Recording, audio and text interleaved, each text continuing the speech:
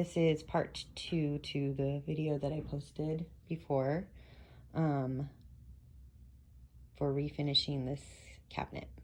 I have to repaint the inside because, as you can see, it didn't, it kind of soaked into the back of it. So I'm gonna cover the back again with this like primer stuff that hides stains and everything. So I'm gonna do that real quick, and then I will start distressing it.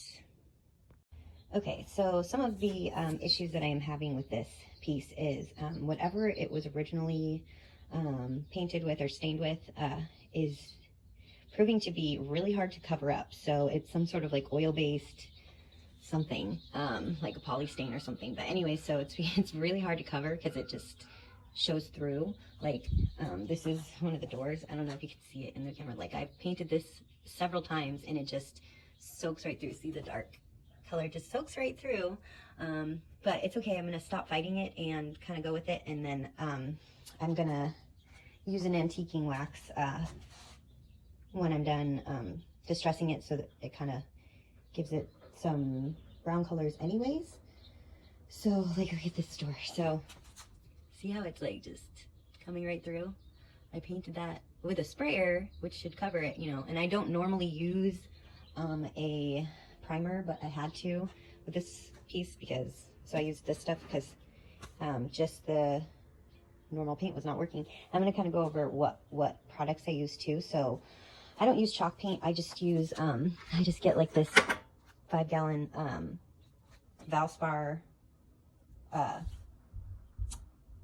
matte paint. Sorry, I couldn't think of the word. So it's a matte, so it kind of gives the look of the chalk paint, but chalk paint is way too expensive. So, and I use a spray gun, so you have to thin it out, and it doesn't look as good anyway. So I use just a regular matte interior paint that I get at Lowe's.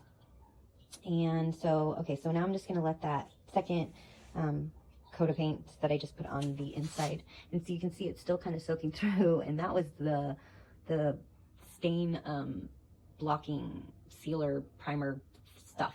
But like I said, I'm just going to kind of go with it, and I will use some antiquing wax so that you can't really tell anyways when I'm done distressing it. But now I just need to wait till it dries a little bit so that I can sand it. Okay, so I sanded it. I went around to all the little edges and curves and just kind of sanded it with a 150 grit sandpaper, and I used such a low grit because I did a lot of coats of paint, so I knew I was gonna kind of need a rougher surface to sort of distress this. Normally I would probably use like 220, but see, I kind of went along the sides and just kind of roughed it up, and then the doors, I went around the edges, and now I'm going to seal it with a clear sealing wax.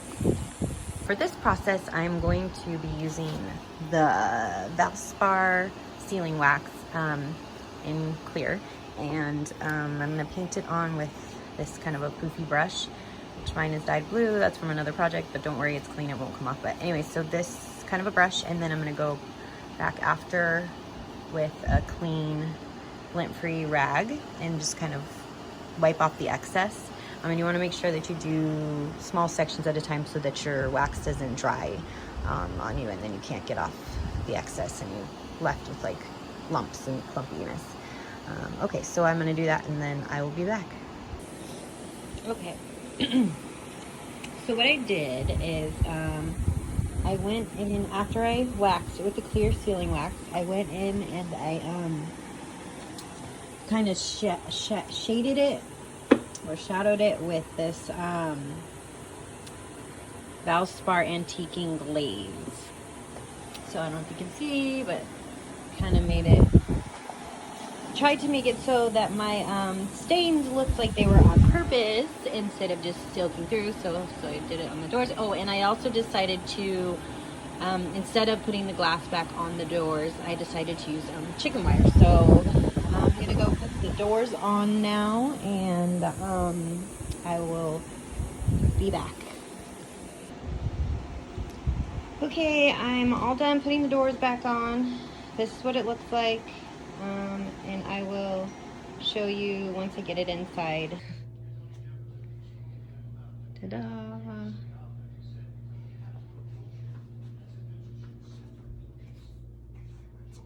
All done.